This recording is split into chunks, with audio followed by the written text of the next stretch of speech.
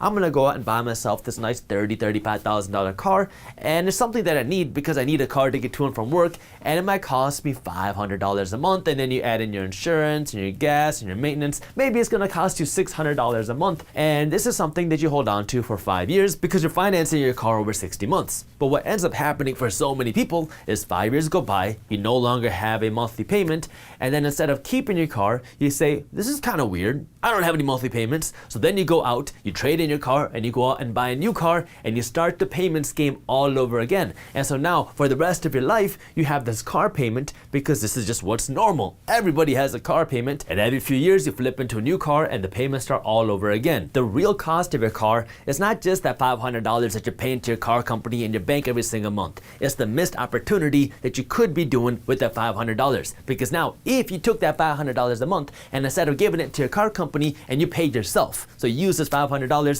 and you use this money to invest. I don't care where you invested, whether it's stocks or real estate, whatever, and you can just get an average 8% return, and you do this for 50 years. Now after 50 years, your $500 monthly investment that you were giving to your car company is going to be worth more than $3.5 million in your bank account. That's $3.5 million of missed opportunity that so many Americans are just throwing away because they're letting their car drive them instead of them being able to drive a car that they can actually afford. So what I want you to do is, instead of you going out and financing a car that you can't afford, go out and buy a car with cash and take that extra cash that you're no longer giving to your car company and you're no longer giving to your bank, and take that cash and pay yourself by investing this money into yourself. Now you don't have to wait 50 years to start enjoying your money. It's just you using this money to pay for yourself, that way you're not buying a whole bunch of liabilities that you cannot afford. I want you to build your wealth. Build these assets first. Real estate, stocks, build the things that are gonna pay you before you start paying everybody else. And the third biggest liability that so many people don't understand that is a liability is your cash. I grew up in a traditional Indian household. My parents are immigrants from a state in India called Punjab,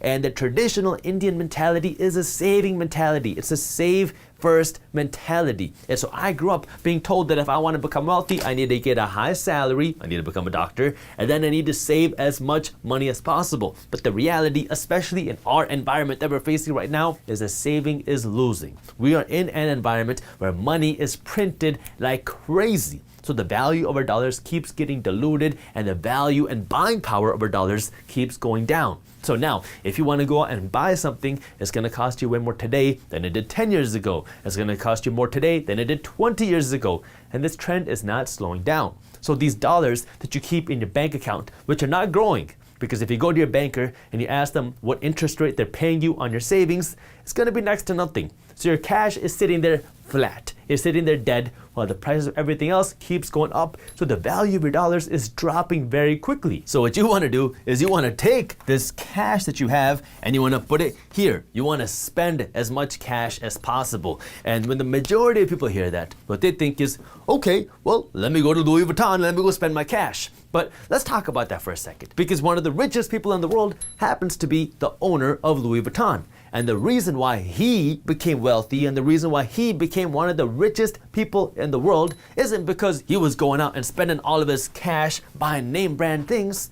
It was because a whole bunch of people want to look rich, and the way they're able to do that is by giving Louis Vuitton all their money. See, Louis Vuitton for him is an asset because people buy Louis Vuitton from him. But for the majority of people, Louis Vuitton is a liability. To take one liability and they convert it for another losing liability. See, what wealthy people understand is that your cash, your savings are never gonna make you wealthy. Instead, you need to understand what to do with your cash. First, you need to have some cash for an emergency. You wanna have somewhere between 3 to 12 months worth of expenses sitting there. That way, if something bad happens, if you lose your job or something happens to your car, you have some cash to fall back on. This is your emergency money.